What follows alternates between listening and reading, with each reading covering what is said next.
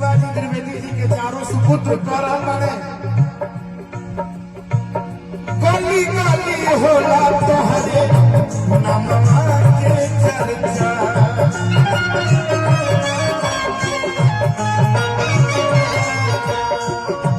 दुखियन गरीबवन करत रहला खर्चा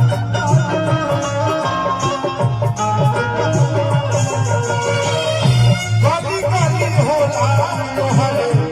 नामवा के चर्चा दुखिया गरीब करत रहल खूब खर्चा गाँव समाज के सिवा गाँव समाज के सिवा अरे कैला हो बाबूजी मोरा बाबूजी मोरा बाबूजी अरे कैला समाज सेवा पीछे में लागे लागे हला दूर मन जरूर खोजता घर के रहला कोई नूर मन जरूर खोजता मन जरूर खोजता घर के रहला कोई नूर मन जरूर खोजता मन जरूर खोजता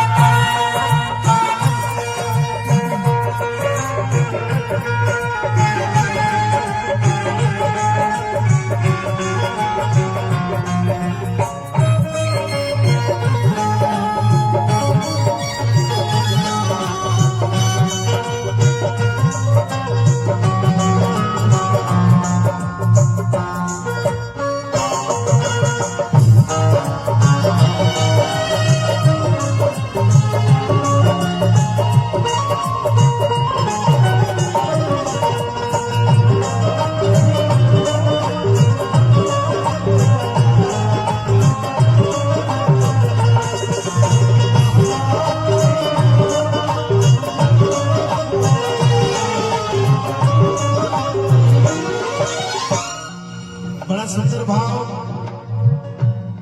आदरणीय कलम के सिपाही डॉक्टर शशिकांत तिवारी जी शौकिया लिखते हैं लेकिन हमको तो लगता है कि प्रोफेशनल लिखते हैं ऐसे से बहुत ही अच्छे डॉक्टर हैं BHU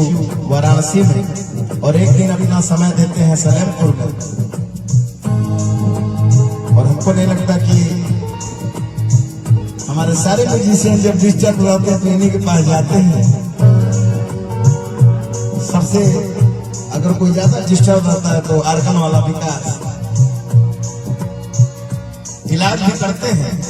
और प्यार भी देते हैं उसके साथ साथ अपने कलम से सजा करके जो इन्होंने लाइन लिखा है आज चिराई चून खोजे सजवा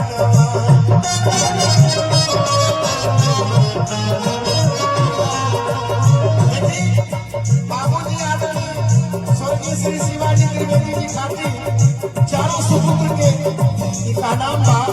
चिराई चून खोजे गौवा शिवनवा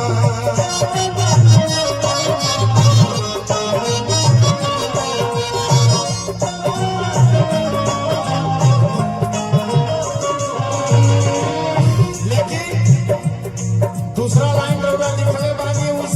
संभव नहीं थे अत्तर से न बोली तो सुने खाती कन्नवा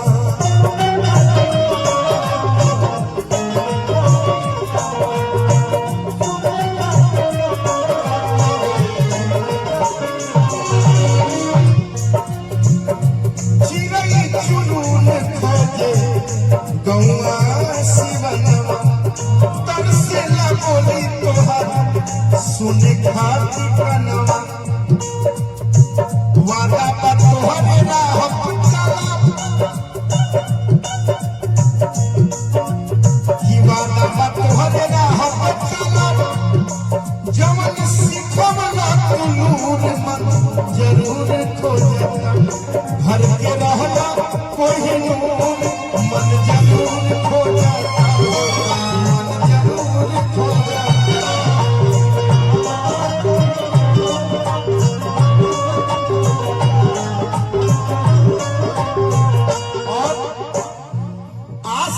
बनौले रही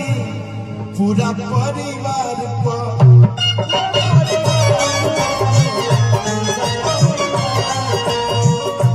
झूठल बा भीड़िया रहुआ दुआर पर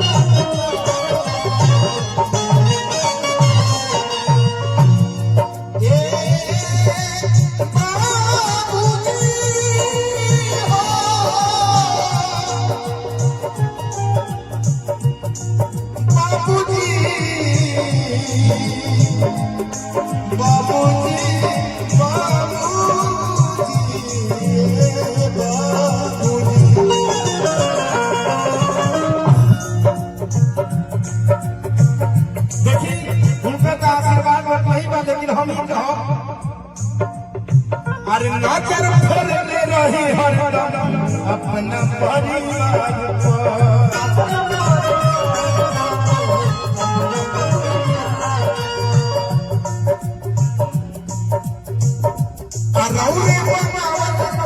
आज आइल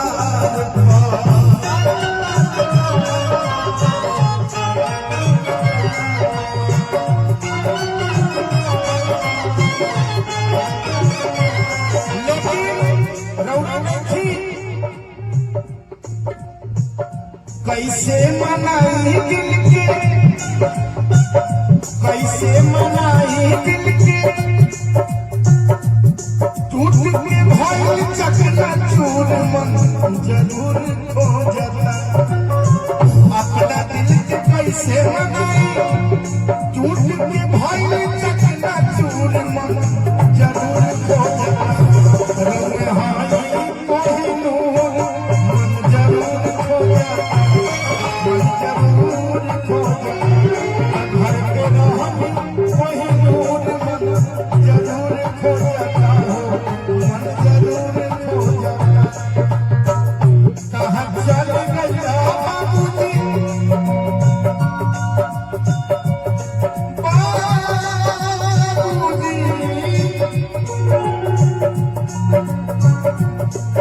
हमारे बाबूजी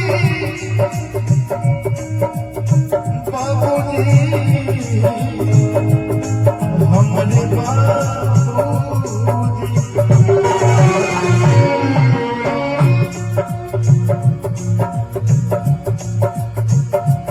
कहाँ चली गई बाबूजी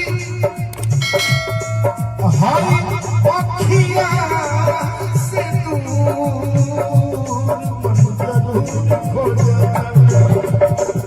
तो घर के